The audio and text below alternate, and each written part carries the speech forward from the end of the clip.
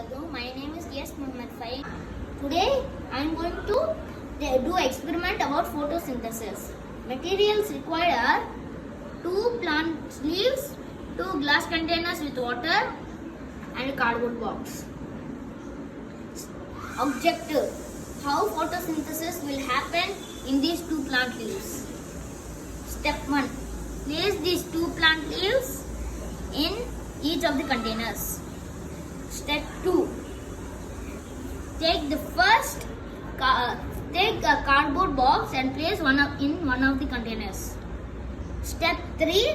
Place this in sunlight and absorb it after a few hours. Now let's see what happened. There are tiny bubbles all around the plant.